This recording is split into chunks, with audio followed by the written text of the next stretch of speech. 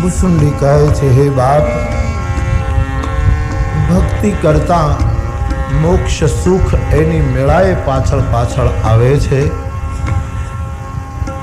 એમ સમજીને જે હરિભક્ત છે એ મુક્તિનો નિરાદર કરે છે અને ભક્તિમાં લુભિત થાય છે.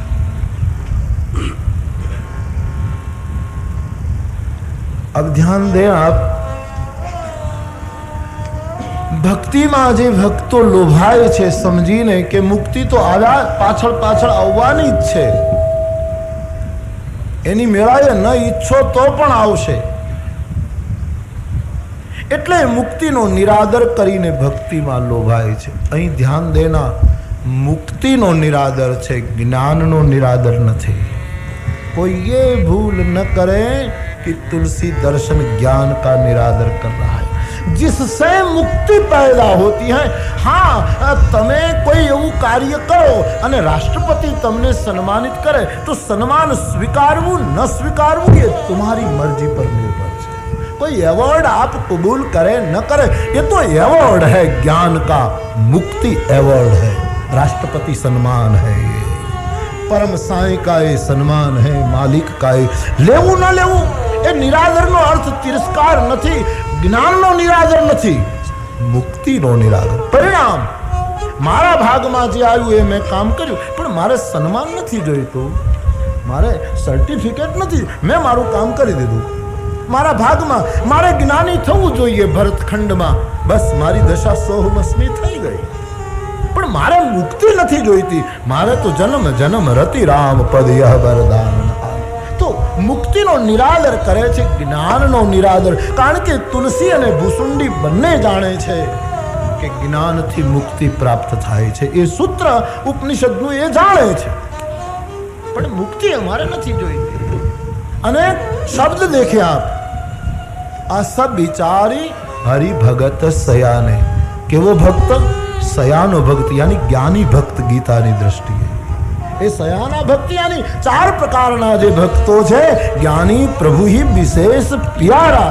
ચતુર્વિધ જે ભક્તો ભગવાન આર્ત, જિજ્ઞાસુ, અર્થાર્થી અને જ્ઞાની ભક્ત જે છે એમાં હરિ ભગત સયાને, યાની એકલો ભગત નહીં, વેવલો નહીં,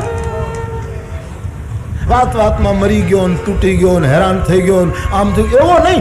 જ્ઞાની ભક્ત જેનામાં ઈશ્વર દત્ત બુદ્ધિ યોગની દિવ્ય પ્રધાનતા છે, એ પોતાની પ્રજ્ઞા પ્રમાણે ચાલે છે, ઉધાર બુદ્ધિ ઉપર નથી ચાલતો, પોતાના ચિંતન અને નગદ અનુભવ ઉપર ચાલે છે. એટલે ગરુડ કહે, મારી કાગભુસુંડી કે આમાં બાપ મારી કોઈ યુક્તિ નથી, મારો લબાલબ અનુભવ છે, બહોત જન્મ કે સુધી મોહી આય. એ કોઈ એમને કહેવા ખાલી કહી જવા પૂરતી વાત નથી કરતા. હરિભગત સયાન એનો અર્થ છે જ્ઞાની ભક્ત. અને કોની પાસે આ વાત કરે છે? જ્ઞાની ભગત શિરોમણી ત્રિભુવનપતિ કરે જા, તાહી મોહ માયા નર પાવર કરગી ગુમા. જ્ઞાની ભક્ત છે. મેં આગળ પણ કહ્યું કે ગરુડ સામાન્ય નથી, ગરુડ મહાજ્ઞાની ગુણરાશિ. ગરુડ જ્ઞાની ભક્ત છે એટલું જ નહીં, તુલસીદાસજી કેટલો આદર આપે. દૌ હરિભગત કાગ ઉરગાદા, બંને ભગવાનના પરમ ભક્તો છે. સુપ્રવીણ છે ગરુડજી, ઈશ્વરનું વાહન છે, સામાન્ય નથી. તો જ્ઞાની ભક્ત એક ઈશારો છે સદગુરુનો, તમે જ્ઞાની ભક્ત છો. હવે તમારે નક્કી કરવાનું કે કયના તરફ જવાનું, કઈ વસ્તુ સરળ છે, કઈ વસ્તુ કઠિન, એ નિર્ણય તું કરો. અને જ્યાં સુધી સાધક નિર્ણય કરી શકે ત્યાં સુધી એને કરવો. આપણાથી ન થાય તો પછી આશ્રય. આપણે આ બધા મોટરમાં ફરીએ છીએ, બધાનો અનુભવ છે કે મોટર ચાલતા ચાલતા બગડી જાય તો શું કરો તમે? ભાઈ હું તમને પૂછું, મોટર બગડી જાય, આપણા બધાના અનુભવ છે ને. તો મોટર બગડી ગઈ શું કરો બાપા? હા હા કે તમારા વતી હું જ કહી દઉં બધું લો. મોટર રસ્તામાં બગડી જાય તો રિપેર કરતા આવડતી હોય તો કાં તો આપણે રિપેર કરી નાખીએ, બરાબર? ના આવડતી તો ગેરેજમાં લઈ જઈએ. એમ તમે જો તૈયારી કરી શકો તો શાસ્ત્રો દ્વારા કરો, અને મોટર રિપેર તમને ના આવડે તો પછી કોઈ સદગુરુના ગેરેજમાં લઈ જાઓ, કોઈ સાધુ સંતની પાસે લઈ જાઓ. એ તમને વાસનાથી નિર્મુક્ત કરી તમારા જ્ઞાન દીપને, તમારી ભક્તિ મળીને તમારા એ ચિંતનને સાચવશે. જ્ઞાની ભગત તો અહીં જ્ઞાનનો નિરાદર કેમ થાય, કેમ કરી શકાય? માણસની ભક્તિ જ્ઞાનથી તો શરૂ થાય છે. ફરી એકવાર તો જ્ઞાન આવવું જ જોઈએ. ગઈકાલે આપણે ચર્ચા કરતા હતા કે કોની ભક્તિ કરવી એ તો સમજણ હોવી જ જોઈએ માણસમાં, તો શરૂ થાય સાધના. તો હરિભગત સયાનેનો અર્થ જ્ઞાની ભક્ત. જે જ્ઞાની ભક્ત છે, એકલો ભક્ત હશે ને એ જ્ઞાનનો પણ નિરાદર કરી દેશે. કારણ કે એણે ઈશ્વરને ગોખલામાં બેસાડ્યો છે, એનાથી ઈશ્વરને યેન સર્વમિદમ તતમ એના મગજમાં આવ્યું જ નથી. હા, એને તો એમ કે મારા કબાટમાં બેઠો છે, એને હું સવારમાં 5 વાગે ઉઠાડું છું પછી પાછું સુવડાવ્યું, એને એટલામાં જ એટલે જ્ઞાનની ટીકા કર્યા કરે. જ્ઞાન નકામું, વેદાંતામ ફલાણું. હા, વેદાન વજનદાર જરૂર છે, દુર્લભ અને કઠિન. એટલા માટે તો સમિત પાણી શ્રોત્રિયમ બ્રહ્મનિષ્ઠમ, એ વગર વેદાંત આવતું જ નથી. અને तुलसीदास जी ત્રણેય सिद्धांत आगे सूत्र में लेते हैं, उसको आप ठीक से समझते चले. જ્ઞાન જરૂરી. જ્ઞાનની ટીકા ખાલી એકલો ભક્ત હશે જેનામાં વિવેક નથી, જેનામાં જ્ઞાન નથી, એ ટીકા કરશે, નહીતર કોઈ દિવસ. મેં બાર કહ્યું કે નરસિંહ મહેતો પરમ ભક્ત છે, પરમ વૈષ્ણવ, છતાં જ્ઞાનનું નિરાદર એને ક્યારેય ન કર્યું. બંનેનો જુગપદ નિર્વાહ કર્યો.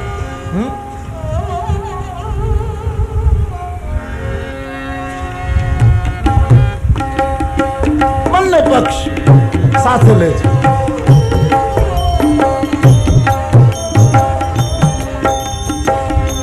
નિદ્રાને પર હરિ સમરવા, શ્રી હરિ ભક્તિ પક્ષ. નિદ્રાને પર હરિ સમરવા,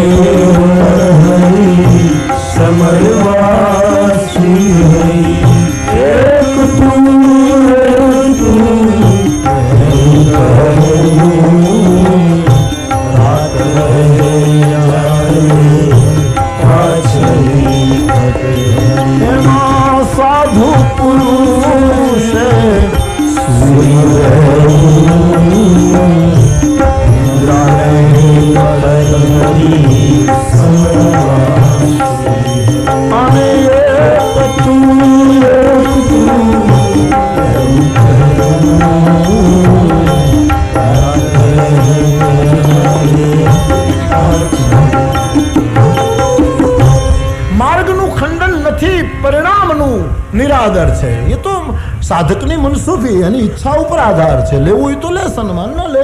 બાકી માર્ગને તોડ્યો નથી. મેં તો પણ કેટલો નિર્વાહ કરે. જોગિયા હોય અને જોગ સંભાળવા. પતંજલિને માર્ગે ગયા હોય એટલે પતંજલિને છોડવો નહીં. મેં તો કહે જોગિયા હોય અને જોગ સંભાળવા, અને વેદિયા હોય એને વેદ ભણવા, એને સ્વાધ્યાય કરવો, એને સદગુરુની પાસે જઈ. ભોગિયા હોય અને ભોગ તજવા, વેદિયા હોય એને વેદ વિચારવા, અને વૈષ્ણવ હોય અને કૃષ્ણ ભજવા. કેટલું સુંદર સમન્વય છે આ. કેવલ ગોખલામાં જેને ઈશ્વરને બેસાડ્યો એ માણસો જ્ઞાનનું ખંડન કરે, અને જેનામાં ઉપર છલું અડધું પડધું વાંચીને ખાલી હોઠ ઉપર જ્ઞાન આવ્યું છે એ ભક્તિની આલોચના કરે છે, બાકી બીજો ન કરી શકે. કારણ કે બંને જીવને આમ અદ્ભુત ગતિ, અને તેથી ગીતામાં સતત બંનેનો સમન્વય સાધવામાં આવે.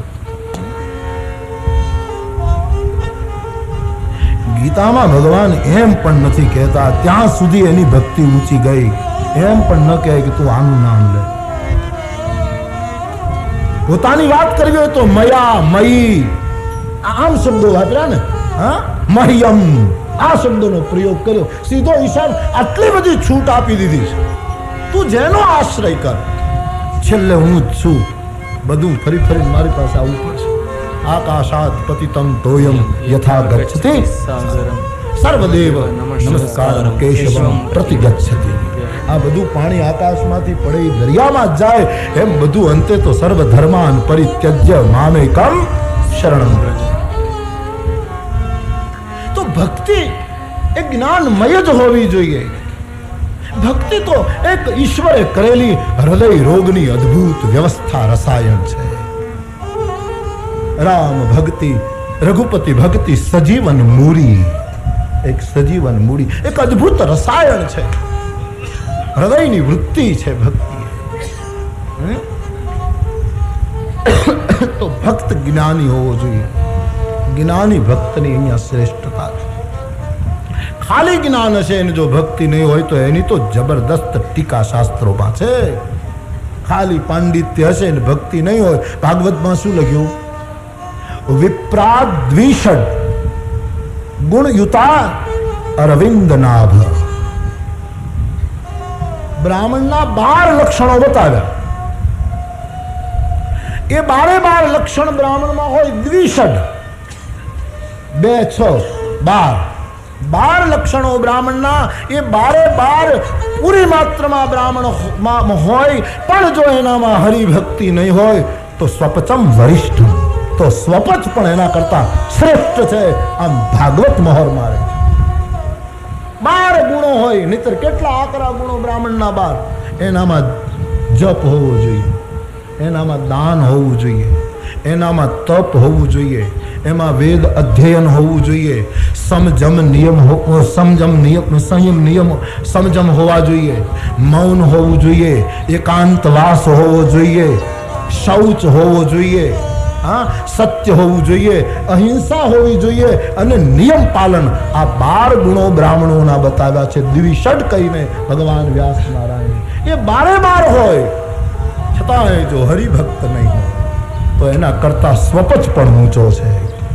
માટે ભક્તિની બંનેનો નિર્વાહ કરવાનો છે. હરિભગત સયાને યાની જ્ઞાની ભક્ત.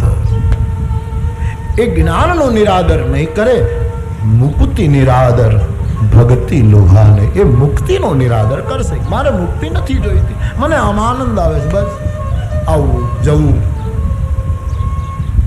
એની કૃપાનો અનુભવ કરવો, એના ગુણગાન ગાતા ગાતા વળી પાછું જવું, વળી પાછું આવવું. મારે મુક્તિ નથી જોઈતી. અને હા, એવું લાગશે ત્યારે મુક્તિ તો મારી મુઠ્ઠીમાં છે, પાછળ પાછળ આવવાની જ છે, ભજન કરવું છું એટલે જ્યારે ઈચ્છા થશે ત્યારે લઈ લઈશ. રૂમની ચાવી હાથમાં જ છે, ઈચ્છા થશે ત્યારે ખોલીને સુઈ જશું. નથી ઈચ્છા, હજી જવું છે, ફરવું છે, અહીંયા જવું છે, હમણાં નથી રૂમમાં, પણ જ્યારે નહીતર ભક્તિની પાછળ મુક્તિ તો આવ્યા જ કરે છે. તો એ ભક્તિ, ડાયા ભક્તો, સમજદાર ભક્તો મુક્તિનો નિરાદર કરશે, જ્ઞાનનો નહીં, અને ભક્તિમાં ડૂબીત રહેશે. એ ભગવાનની ભક્તિ કરવાથી હે ગરુડ તવ ભવ મૂળ ભેદ ભ્રમ નાશા, જે જ્ઞાનના પ્રકાશમાં કાઢવાનું હોય અને વિઘ્નો આવે છે, એ જ અવિદ્યાનો આખો પરિવાર ભક્તિ કરતા વિના પ્રયાસે નાશ પામે છે, વગર પ્રયાસે. જેની બુદ્ધિ ભક્તિમય બને, જેની બુદ્ધિ પરમાત્મામય બને, ભાગવતકાર કહે છે એનો કામ પણ કામના નથી. કામ કામાય કલ્પતે. હા, ન મય્યાવેશિત ધિયા કામ કામાય કલ્પતે. વર્ધિતા ભોગવત્થાન દાના પ્રાય બીજાય નેષ્યતે. જે બીજ બળી ગયું એમાંથી અંકુર પેદા નહીં થાય, ભાગવતકાર કહે છે. જેની બુદ્ધિ ઈશ્વર સમર્પિત થઈ ગઈ એનો કામ પણ કામના નથી, એ તો ભૂંજાઈ ગયેલો દાણો છે. રામ ભજન બિनु મિટહી કી કામા, થલ બિહુઈન તરુ કબહુ કી જામા. સૂત્રાનુસાર આવી રીતે જેની બુદ્ધિ ભગવત સમર્પિત છે, જે સતત ભક્તિમાં રમમાણ કરે છે, એની અવિદ્યા મૂલક બધી જ વસ્તુ બધી જ એની મેળાએ નીકળી જાય. એનો કામ પણ કામના નથી, હદ કરી નાખે. કામ કામાય કલ્પતે. જો ભક્તિ આવી જાય કેટલી મોટી. યત્ર યત્ર મનો યાતિ તત્ર તત્ર સમાધિ. અભિમાન જેનું ગળી ગયું અને જેની બુદ્ધિ ભગવાન કૃષ્ણમાં લીન બની, એ જ્યાં જ્યાં એનું મન જાય, શાસ્ત્રકારો કહે ત્યાં ત્યાં એને સમાધિ છે. એને કોઈ યત્ર યત્ર મનો યાતિ તત્ર તત્ર સમાધિ. જ્યાં જાય ત્યાં સમાધિ છે એના માટે. અને તુલસીદાસજીને પૂછો તો તુલસીદાસજી વ્યાખ્યા કરે છે જ્ઞાન ભક્તિની. તુલસીદાસજી કહે જાગવું એ જ્ઞાન ને સૂઈ જવું એ ભક્તિ. હવે આના કરતા વિશેષ વ્યાખ્યા સરળ કઈ હોય? હા, જાગવું એનું નામ જ્ઞાન અને સૂઈ જવું એનું નામ ભક્તિ. સૂઈ જવું એટલે ઊંઘવાની વાત નથી, નિશ્ચિંત હો જાના. હવે મારે શાનો ફડકો? હા, હાવ જ બેઠો છે દરવાજે. હવે કોણ સસલાની તાકાત છે કે હિંમત કરે અંદર આવવાની? હાવ જ બેઠો છે. નિશ્ચિંત હો જાના એમ તુલસીદાસજી કહે.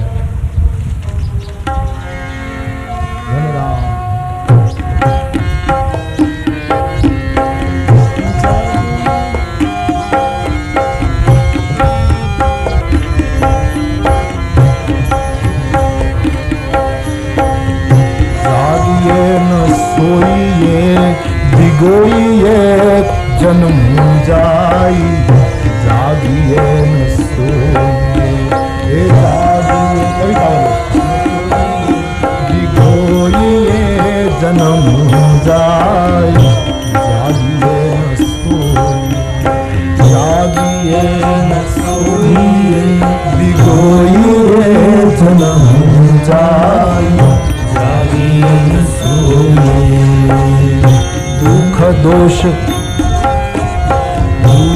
દોષ રોઈએ ના કલી કો કલમ કાલ. એમાં વ્યાખ્યા આવે છે. મૂળ મારે આ વ્યાખ્યા તમને કેવી છે. તુલસી શું કહે?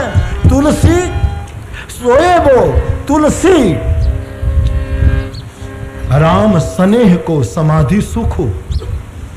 સોએબો तुलसी राम स्नेह के समाधि सुख. समाधि सुख મળશે રામના સ્નેહમાં નિશ્ચિંત થઈને સૂઈ જવું. બસ એ અદ્ભુત એક આશ્રય, એને કોઈ ચિંતા નહીં. જાગી ગો રામ નામ જપી, જાગી હો જીહ જપી નેકુ રામ નામ કો. જાગૃતિ એનું નામ કે માણસ જ્ઞાન એનું નામ. જ્ઞાનમાં અંતે તો શું? સોહમસ્મીનું સ્મરણ તો કરવાનું ને. અહમ બ્રહ્માસ્મિ. અને જ્યાં સ્મરણ શબ્દ આવે ત્યાં ભક્તિ થઈ ગઈ. શ્રવણમ કીર્તનમ વિષ્ણુ સ્મરણમ પાદ સેવનમ અર્ચનમ વંદનમ દા. એ ન્યાય સ્મરણ આવ્યું એટલે ભક્તિ થઈ. જ્ઞાનમાં તમે રામ રામ ન રટો ચાલો, પણ બ્રહ્મ અહમ બ્રહ્માસ્મિ સોહમસ્મિ એ કરશો અને એનું સ્મરણ રહ્યું, એ અખંડ ધારા, એ વૃત્તિ બની ગઈ. એ તો શ્રેષ્ઠ ભક્તિ થઈ ગઈ. અખંડ વૃત્તિ એ તો શ્રેષ્ઠ ભક્તિ થઈ ગઈ, ઉત્તમોત્તમ ભક્તિ. એટલે તુલસી કહે જાગી બો. જાગૃત એ છે નેકુ રામ નામ કો. જે રામ નામનું સ્મરણ કરે છે, યાની પછી બ્રહ્મનું સ્મરણ કરે કે પોતાનું સ્મરણ કરે કે જેને વેદાંત જે ભાષામાં કહે તે, એ ધારામાં ડૂબે એ જ્ઞાની અને નિશ્ચિંત થઈને હરિના સ્નેહમાં સૂઈ જાય, એ સમાધિનું સુખ. એ મોટામાં મોટી ભક્તિ. એને કોઈ ઉપાધિ નહીં. એને પછી યત્ર યત્ર મનો યાતિ તત્ર તત્ર સમાધિ. એને જ્યાં જાય ત્યાં સમાધિ. તો ભગતિ કરત બીનું જતન પ્રયાસા, સંસ્કૃતિ મૂળ અવિદ્યા નાશા. પછી આ વસ્તુને દ્રઢ કરવા માટે દ્રષ્ટાંત. ભોજન માણસે તૃપ્તિ માટે કરવાનું, પણ પછી એને પચાવવાની ચિંતા માણસે નથી કરવાની. માત્રામાં યુક્ત આહાર તમે લો, પછી પચાવવાનું કામ ઈશ્વર એની લડાઈ કરી નાખે. એ અંદર થયા જ કરે ક્રિયા. એના માટે આપણે કોઈ પ્રયાસો કરવા નથી. પછી વધારે જમીએ ને આપણી પ્રકૃતિથી વિરુદ્ધ કરીએ તો પછી પચાવવા માટે ગોળીઓ લેવી પડે કે બીજા ઘણા. બાકી જે યુક્તાહારમાં માને છે, મિતાહારમાં જે માને છે, એ ભોજન કરે એટલે તૃપ્ત થઈ જાય. પછી જઠરાગ્નિ એનું કામ કર્યા કરે, ભોજન એનું પચી જાય.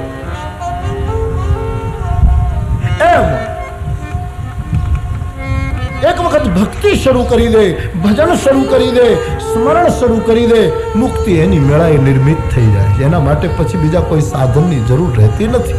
એક અર્થ આનો આ થાય. બીજો, અહીં 3 વસ્તુ સિદ્ધ થાય છે. ભોજનની વાત આવી છે, એમાં 3 વસ્તુ આવે. એક તો ભોજન પકાવવું પહેલું, પછી ભોજન કરવું એટલે કે ખાવું બીજું, અને ત્રીજું પચાવવું. આ 3 વસ્તુ હોય ત્યારે બરાબર થાય. એક તો પહેલા પકાવવું, પછી ખાવું અને પછી પચાવવું. બીજા અર્થમાં આને લો તો આનો અર્થ એમ થયો કે પકાવવું એ જ્ઞાન છે, પાકી જવું, સમજી લેવું, ખ્યાલ આવી જાય કે નહીં હું આ જ છું, બસ પાકી ગયો. રામકૃષ્ણ પરમહંસ ચાવલને પાક્યો હોય ત્યારે ચાવલ પાકી ગયો, ચોખા પાકી ગયા એમ નહીં કહેતા, ચાવલ સિદ્ધ હો ગયા એમ કહેતા. રામકૃષ્ણની ભાષામાં ઠાકોર હંમેશા એમ બોલતા, ચાવલ સિદ્ધ હો ગયા. સિદ્ધ એક પાકી ગયો, દાણો તૈયાર થઈ ગયું, તો એ જ્ઞાન છે. અનાજને પકાવવું, પાકી ગયું, આમ ચોખા પાકી ગયા, બસ જ્ઞાન છે. ખીચડી પાકી જાય પછી બોલતી બંધ થઈ જાય, ન પાકે જાઉં છું ખદબદ ખદબદ ખદબદ ખદબદ થયા કરે. એમ જ્યારે પાકી ગયો માણસ એટલે એ જ્ઞાન થઈ ગયું. અને પછી ખાવું, ખાવું એ કર્મ છે, એમાં ક્રિયા પ્રધાન છે. પકાવવું એ જ્ઞાન, ખાવું એ કર્મ, અને એના આશ્રય મૂકી દેવું, પચાવવું, એનું નામ ભક્તિ. કે તું પચાવ્યા કર, અમે ખાઈને બેસી ગયા, એ ભક્તિ. આમ ત્રણેય પદનો નિર્વાહ થઈ રહ્યો છે. ભોજન કરીએ તૃપ્તિ હિત લાગે. માણસ ભોજન કરે તૃપ્તિ માટે, પછી એને પચાવવાની ચિંતા નથી. જેમ જઠરાગ્નિ એની મેળાએ પહેલો અગ્નિ બહારનું ભોજન પકાવે, જઠરાગ્નિ અંદર ગયેલા ભોજનને પચાવે, એને રસ રસ કરી નાખે, રગ રગમાં ઉતારી દે, અજીર્ણ ન થવા દે. એની રગ રગમાં એ તત્વ નસે નસમાં ભરી દે. એટલા માટે આ બધું વિચારીને આવી જે રઘુપતિની ભક્તિ છે એ સુગમ છે, સુલભ છે, બધા માટે સ્વીકાર્ય છે. ગોસ્વામીજી કહે છે આવી ભગવાનની ભક્તિ જે બધા માટે સુગમ છે, સુખદાયી છે. જરા કડક શબ્દ છે અહીંયા કાગભૂષણજીના મુખમાં.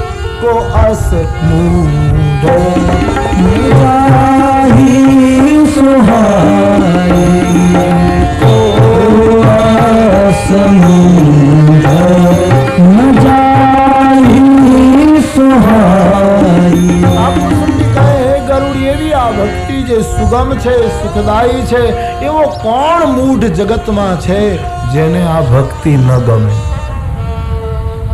જેને નથી ગમતી આ ભક્તિ, જેને ન ગમે એ મૂઢ છે.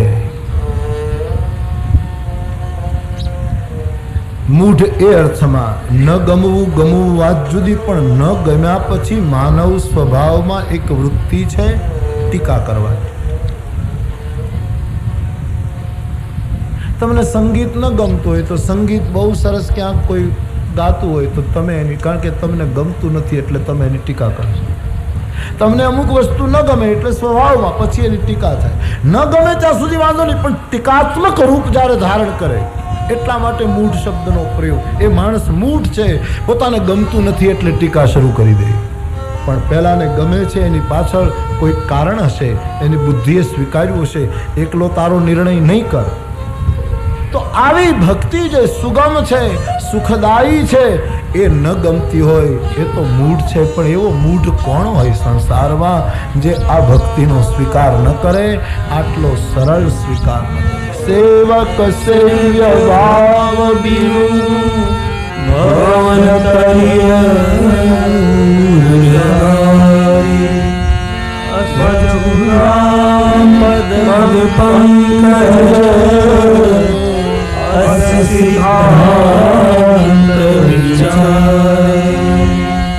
સેવક આ ભાવમાં આવી જાય, ભક્ત બને, સેવકાઈ નામ આવી જાય, અને આ વૃત્તિ નહીં આવે ત્યાં સુધી આ ભવસાગર નહીં તરી શકાય.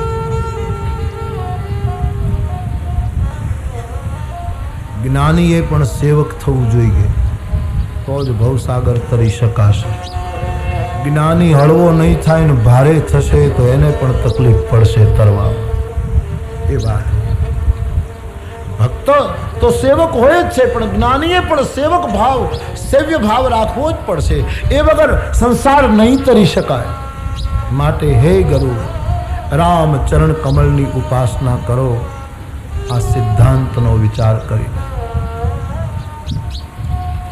જ્ઞાની હોય એ ભવસાગર તરવાની વાત કરે, અને ભક્ત હોય એ ભવસાગરમાં રહીને કમળની જેમ રહેવાની વાત કરે. આટલો ફરક હોય.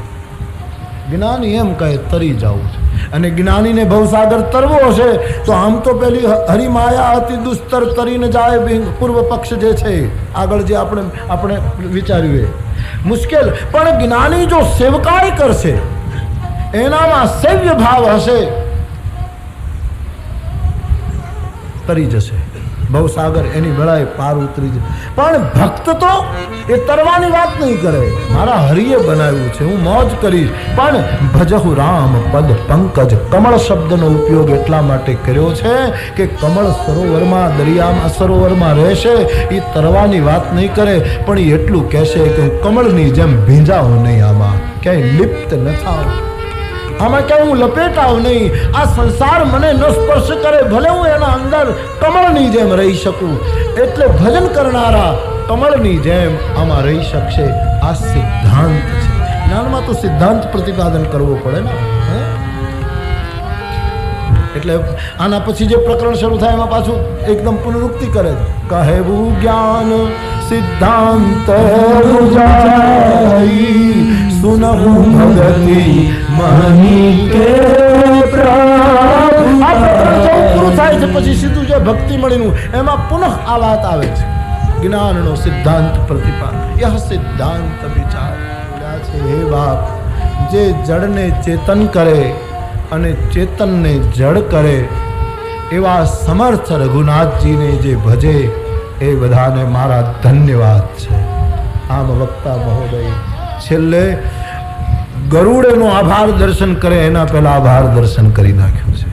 ભજહી જીવ તે ધન, જે ચેતનને જડ કરે અને જડને ચેતન કરે.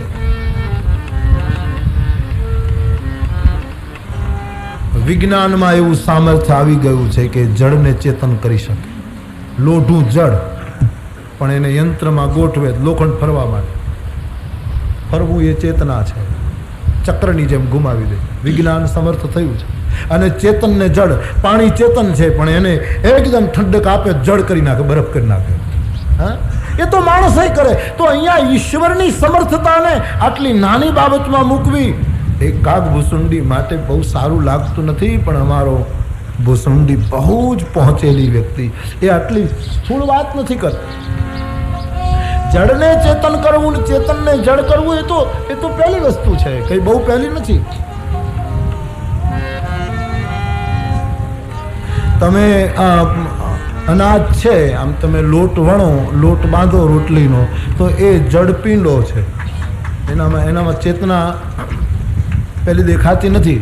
પણ એ જ રોટલીને તમે વણી અને ચૂલા ઉપર નાખો તો એ આમ ફૂલવા માંડે, એનામાં ચેતના શરૂ થાય. જીવની કૃતિ એનામાં ચેતના ભરી શકે છે. અને દૂધને જમાવીને તમે જડ કરી નાખો, આઈસ્ક્રીમ કરી નાખો, એ સ્થૂળ, એ ઘન રૂપ ધારણ કરી લે છે.